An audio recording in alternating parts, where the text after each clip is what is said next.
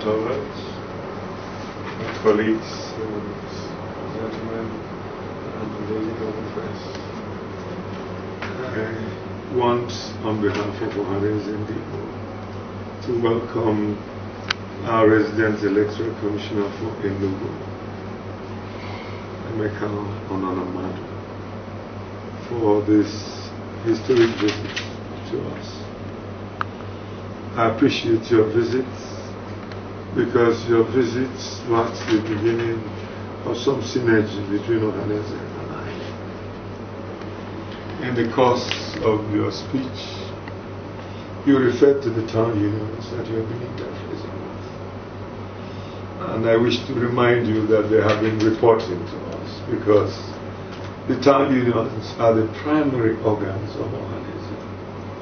In every local government area in Igbo land, the presidents of the town unions are vice presidents of Ohanaeze in each of the local governments.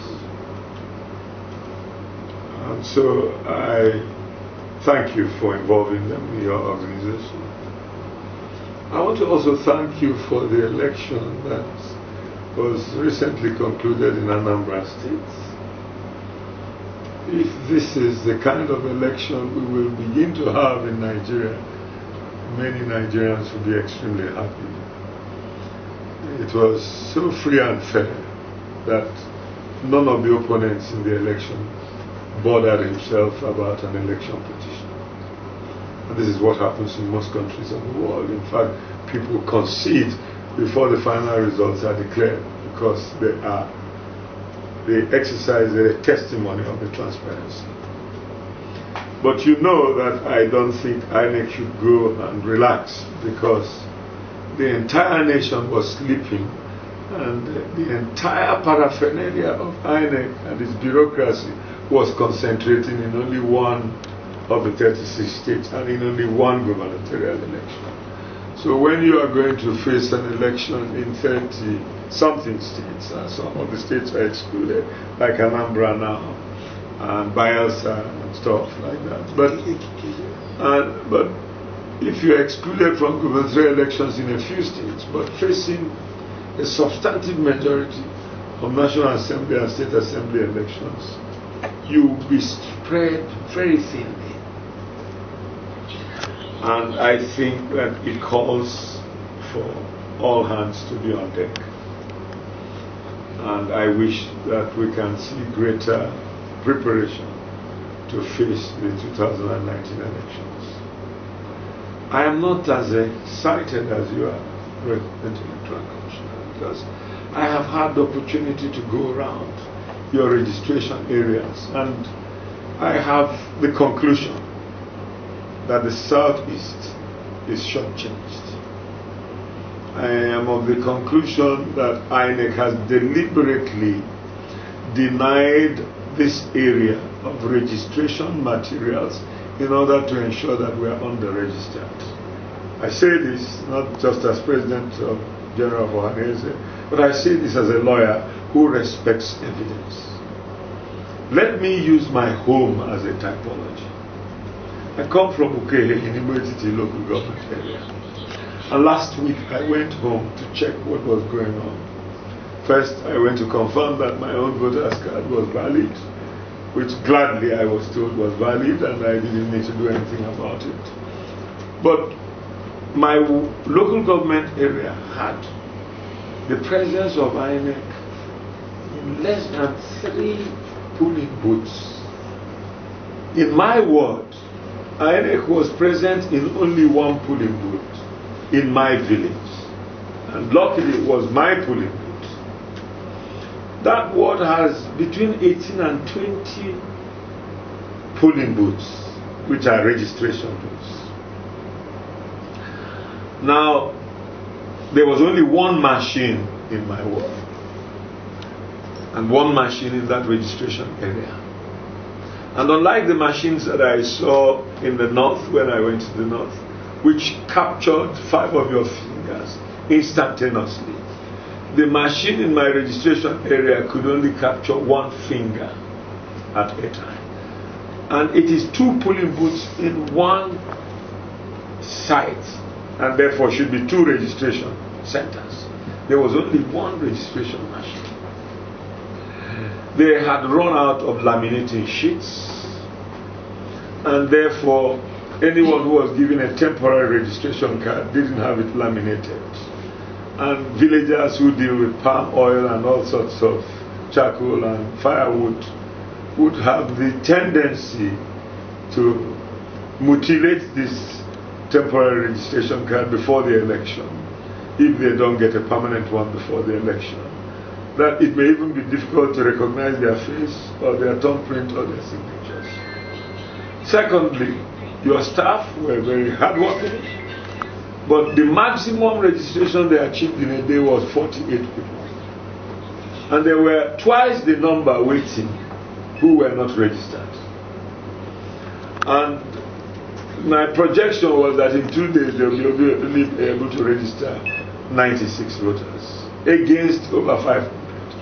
To make matters worse, in the immediate vicinity of this registration area were 3 other polling booths within a 3-mile radius. One was located in my grandfather's home.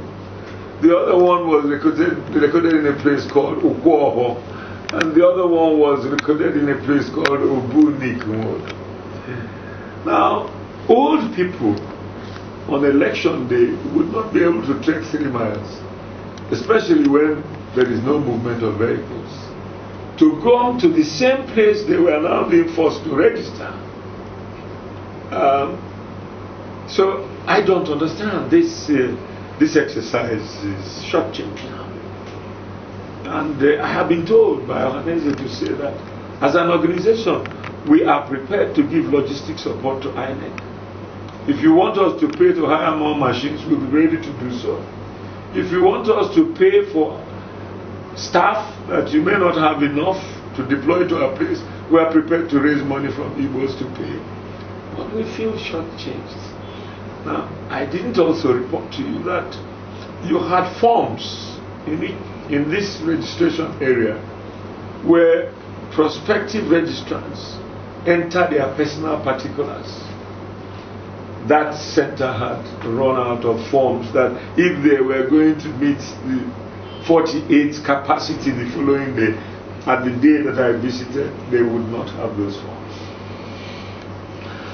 And my information from the chairman of my local government area is that this kind of thing is happening in the other places where there are skeletal registration. My question is, if you have enough machines to deploy in all the polling booths on the day of election, why is it difficult to deploy many for registration? If you have logistics problems, we are prepared to help. The local government is prepared to help. The state government is prepared to help.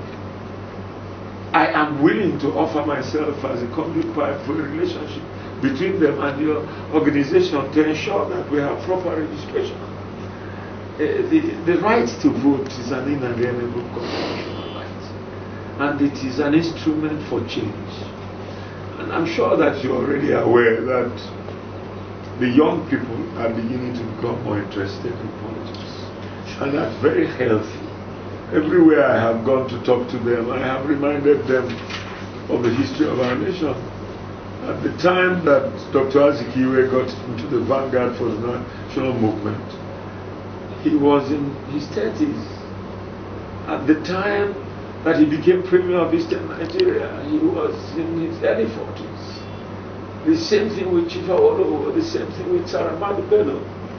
In our generation, I became Special Assistant to the President of Nigeria at 28. I became Minister for Civil Aviation at 31. And that's why people like us can retire from politics at 65. I don't think I've forgotten anything there. I have contributed my quota at a ripe age. And I expect the younger ones should now embrace politics. But many of them don't even have the right to vote. And we're not making it easy for them. I am sure that you will use the opportunity of this visit to do something that you can to ensure that our people are not disenfranchised. You know that when political parties zone offices in Nigeria, they zone them according to the voting strength of the geopolitical areas. The only spectacular difference we have from the rest of the geopolitical zones in Nigeria is that the Igbos are the only ones who invest outside Igbo land and who are very gregariously itinerant. During the quick notice in northern Nigeria, I took a census of Igbo families in northern Nigeria and discovered that we had 11.6 million Igbos in northern Nigeria. Many of them are trying to register there, but they also face discrimination. They told me that in the queues, the indigenes are treated before them. And I'd like to use this opportunity and your presence here to please send this message to your headquarters. This kind of discrimination of Igbos in registration in the north is not healthy for our national polity. I also have now found out in my statistics of the branches of Ohanaeze in the 57 local governments of Lagos State that we have about 4 million Igbos in Lagos. Now, so our votes is dispersed. So I'm not expecting that you will capture all the Igbo votes in the southeast. So if you are going to give me a defense that the numbers that are being posted here are not reflective of the entire Igbo population, I understand that. But I am saying that a lot more needs to be done. We have also hyped the enthusiasm of our people through the branches in northern Nigeria as well as in Lagos and western Nigeria and the rest of the country to rise up to the civic responsibility of voting.